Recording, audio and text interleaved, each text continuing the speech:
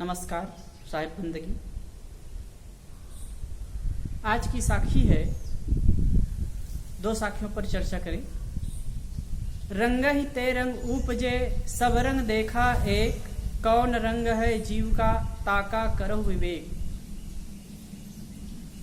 जागृत रूपी जीव है शब्द सुहागा सेत, जर्द बूंद जल कूक ही कहीं कबीर कोई देख। रंग ही ते रंग उपजे, रंगों से रंग की उत्पत्ति होती है, लेकिन सब रंग देखा एक, लेकिन सभी रंग जड़ ही होते। कहाँ सब रंग देखा है, कौन रंग है जीव का, जीव का कौन सा रंग है, उसका विवेक करो। थोड़ी चर्चा। रंग ही ते रंग उपजे, दो प्रकार के रंगों को मिलाते हैं तो तीसरा रंग बन जाता है। जैसे चूना और हल्दी को मिलाते हैं तो लाल रंग बन जाता है, ऐसे ही और भी रंगों को मिलाते हैं तो अलग अलग रंग बनते जाते हैं। लेकिन वो जड़ ही होता है। रंग रंग ही होता है, रंग होता है, लेकिन वो जड़ ही होता है। उसमें कलर चेंज होता है, लेकिन जड़ात्मक शक्ति से चेतनात्मक शक्ति नहीं आ जाती। कुछ लोग मानने वाले होते हैं कि जैसे कि जड़ तत्वों में रंगों का मिश्रण करते हैं, एक रंग से दूसरे दो रंग को मिला दिया जाता है तो तीसरा रंग बन जाता है।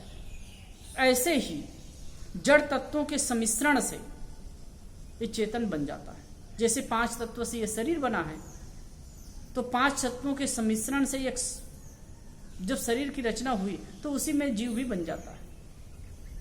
साहब इस चीज को बराबर ढंग से कह रहे हैं कि रंग ही ते रंग उपजे, रंग से मिल करके रंग बनता है तो वो जड़ ही होता है, चेतन नहीं हो जाता है। इसी प्रकार जड़ तत्वों को मिल करके जड़ तत्वों की ही उत्पत्ति हो सकती है, वो बन सकते हैं। मतलब मूल पदार्थ है, मूल पदार्थ से कार्य पदार्थ भी बनेंगे, वो जड़ ही बनेंगे, चेतन नहीं हो जाएंगे। जैसे कि मां के गर्भ में शरीर रचना होती है, शरीर की रचना होती है, जीव की रचना नहीं होती। जीव स्वतंत्र है। जड़ में जड़ात्मक शक्ति है और चेतन में चेतनात्मक शक्ति है, जीव में ज्ञानात्मक शक्ति है। तो जड़ तत्वों के सम्मिश्रण से जड़ शरीर बन गया, तो चेतन कहां से आया? चेतन क्या है? ये पूरा काल से चर्चा होती आई है। जैसे उपनिषद की चर्चा है, मैं शायद एक आध बार कहा भी होऊंगा, एयम प्रेते विचिकित्सा अस्ति चेके नयमस चेके। एक कहता है कि मरने के बाद जीव का अस्तित्व रहता है, और एक कहता है नहीं रहता है। बात कौन सी सही है? आप जड़ तत्वों का विश्लेषण करिए, उसमें चेतनात्मक गुण नहीं है, तो चेतना कहां से आ जाएगी? कैसे, कहां से प्रकट हो गया? वास्तव में चेतन स्वतंत्र सत्ता है, शरीर में है। शरीर को जानने वाला, मन इंद्रियों को जानने वाला, व्यवहार करने वाला, तीनों अवस्थाओं का ज्ञाता, जागृत स्वप्न सुसुप्ति, इसका जानने वाला, देखने वाला, दृष्टा, ये कौन है? चेतन। जब हम सोते हैं तो कहते हैं ऐसा सोया कि कुछ नहीं जाना। कुछ नहीं को किसने जाना? उस समय शरीर सुप्त रहता है, मन शांत रहता है। लेकिन जब हम उठ करके कहते हैं हमने ऐसा सोया कि कुछ नहीं जाना, तो कुछ नहीं को किसने जाना? मैं नहीं। तो वह मैं तत्व, वो तू मैं कहने वाला जो अपनी अभिव्यक्ति कर रहा है, वह तत्व क्या है? कौन रंग है जीव का? कौन सा रंग है? जड़ तत्वों से जड़ तत्व की उत्पत्ति हुई, जड़ तत्वों से जड़ तत्व बने, लेकिन चेतन तत्व कहां से आ गया? जड़ में तो ज्ञान गुण नहीं है, ज्ञान धर्म नहीं है, तो कहां से आ गया ये?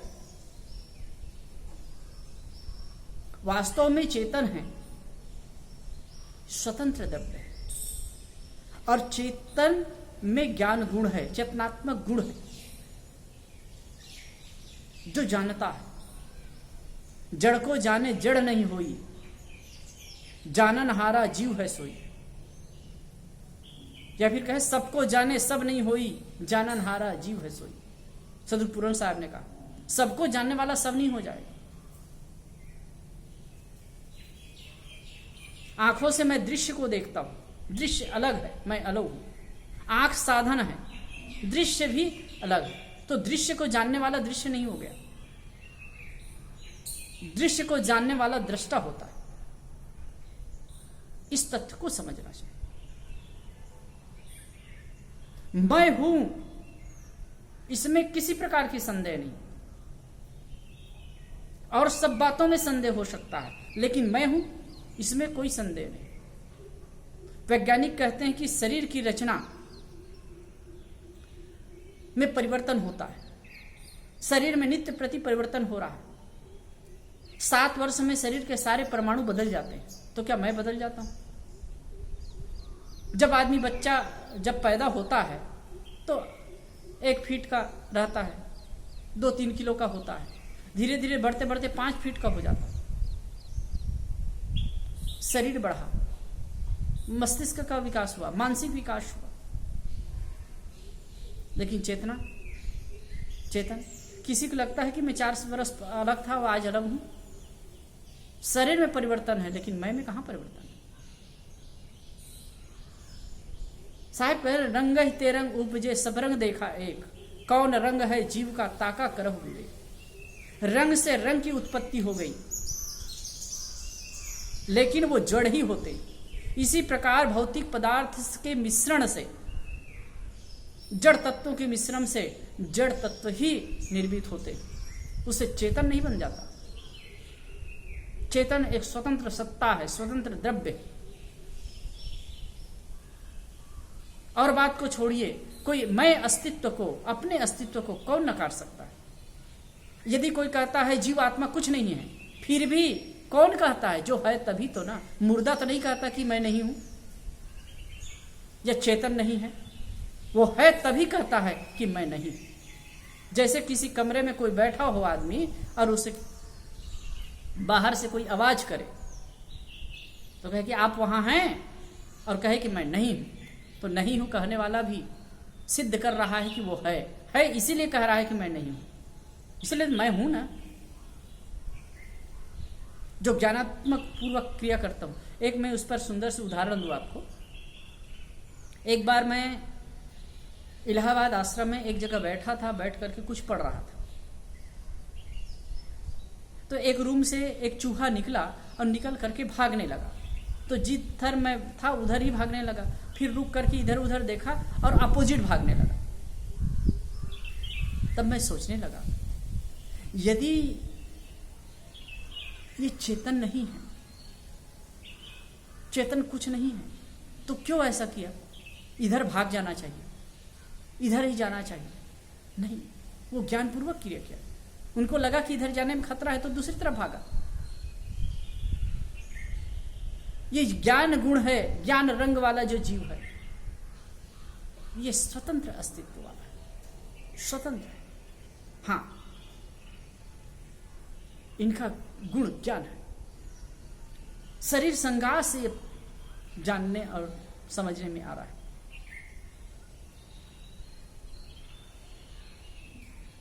और ये कैसे भटकता है, अब इसका स्वरूप क्या है, अगली साखी में साहब कहते हैं।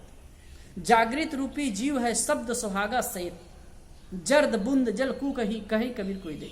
इसका और खुलासा, जागृत रूपी जीव है, ये जीव है जागृत रूपी, ज्ञान स्वरूप है, ज्ञान गुण है, ज्ञान रंग है, ज्ञान ही इसका धर्म है। लेकिन शब्द सुहागा से, शब्द रूपी सुहागा से ये सेत हो गया। जैसे सोना को गलाने के लिए उसमें सुहागा डालते हैं, गरम करते हैं, सुहागा के साथ में करते हैं तो वो जल्दी गल जाता है। ठीक ऐसे ही ये चेतन जीव शब्द रूपी सुहागा पा करके शेत हो गया, कमजोर हो गया, जड़ हो गया, विचलित हो गया। शब्द एक तो विषयवासनात्मक शब्द है और एक भ्रमपूर्ण शब्द है। ऐसे शब्दों को पा करके ये विचलित और दुखी हो रहा है, और इसी कारण वो जन्म मरण के चक्र में पड़ रहा है। जो शुद्ध बुद्ध निर्मल है, लेकिन वासना के झोंके में पड़ करके, भ्रम के झोंके में पड़ करके, जन्म मरण के चक्र में पड़ करके नाना प्रकार का दुख उठा रहा है, उलझ रहा है। जर्द बुंद जल कूकही।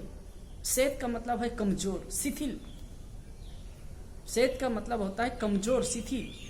वो ये जीव है, वो विषय वासनात्मक शब्दों को सुन करके, भ्रमक शब्दों को सुन करके, भ्रमपूर्ण शब्दों को सुन करके कमजोर और शिथिल हो रहा है। वो अपनी महिमा और गरिमा को नहीं समझ पा रहा। जर्द बुंद जल कूकही। जर लाल, बुंद वीर। तात्पर्य है माता के रजवीर्य से। कुकही, जल कुकही, जल के बुदबुदा सदृश क्षण भंगुर ये शरीर को धारण करता है। कहीं कबीर कोई देख, कबीर साहब कहते हैं कोई विवेकवान इसे तथ्यतः देखता है, समझता है। जीव शुद्ध बुद्ध निर्मल है, ज्ञान स्वरूप, लेकिन वासनाओं के प्रवाह में बह करके जन्म मरण के चक्कर में पड़ा हुआ। पुनरपि जननम पुनरपि मरणम पुनरपि जननी जठरे शयनम, ये स्थिति इसकी हो रही। इन दो साखियों में मार्मिकता पूर्वक बात साहब कहते हैं कि जड़ तत्वों से जड़ तत्व की उत्पत्ति होती है। एक दो प्रकार के रंग मिलाने से तीसरा रंग बन जाता है, लेकिन वो जड़ ही होता है। तो जड़ तत्वों के सम्मिश्रण से चेतन जीव नहीं खड़ा हो गया। चेतन का स्वतंत्र अस्तित्व है, स्वतंत्र सत्ता है, और वो ज्ञान गुण वाला है। लेकिन भ्रमपूर्ण और वासनात्मक शब्दों के अधीन होकर के, उसके चक्कर में पड़ करके, उसमें फंस करके अपने आप को कमजोर और दुखी कर रहा है। अब इसी के लागे, इसी के चक्कर में पड़ करके वो जन्म मरण का बुखार अपने पर चढ़ाता है। लेकिन इसको कौन समझता है? कोई विवेकवान, कोई ज्ञानी, कोई समझदार इस चीज को समझता है और अपने आप को इन भ्रम जालों से ऊपर उठा करके अपना कल्याण करता है, अपने को मुक्त करता है।